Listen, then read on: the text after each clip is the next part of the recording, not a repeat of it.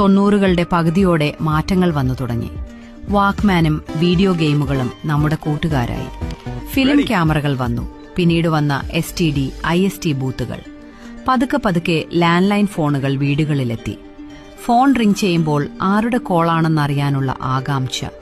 അയൽപ്പക്കത്തെ വീട്ടിൽ ഫോൺ വരുമ്പോൾ നമ്മളെ വിളിക്കാൻ ഓടിവരുന്ന ചേച്ചി. അമ്മ എവിടെ? ഒരു ഫോൺ ഉണ്ടെന്ന് പറഞ്ഞേക്കിട്ടോ.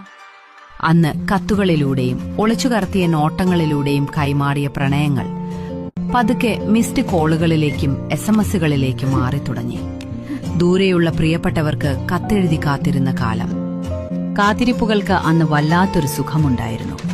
കളർ ടിവിയും കേബിൾ ടിവിയും വാടകയ്ക്കെടുത്ത് വീട്ടിൽ കൊണ്ടുവന്ന് സിനിമ കണ്ട് VCR കാസറ്റും നോക്കിയ 1100 വന്നപ്പോൾ ലോകം നമ്മുടെ മുന്നിലേക്ക് തുറക്കപ്പെട്ടു.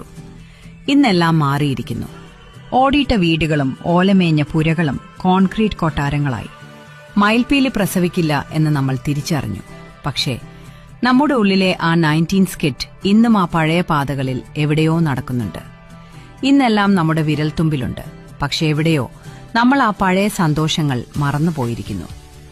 നമ്മുടെ മക്കൾക്ക് ഇന്നത്തെ ടെക്നോളജി നൽകാൻ നമുക്ക് കഴിയും. പക്ഷേ മണ്ണിൽ കളിക്കാനും മഴ നനയാനുമുള്ള ആ സ്വാതന്ത്ര്യം അവർക്ക് ലഭിക്കുന്നുണ്ടോ? 90 എന്നത് വെറുമൊരു അക്കമല്ല, അത് സ്നേഹത്തിന്റെയും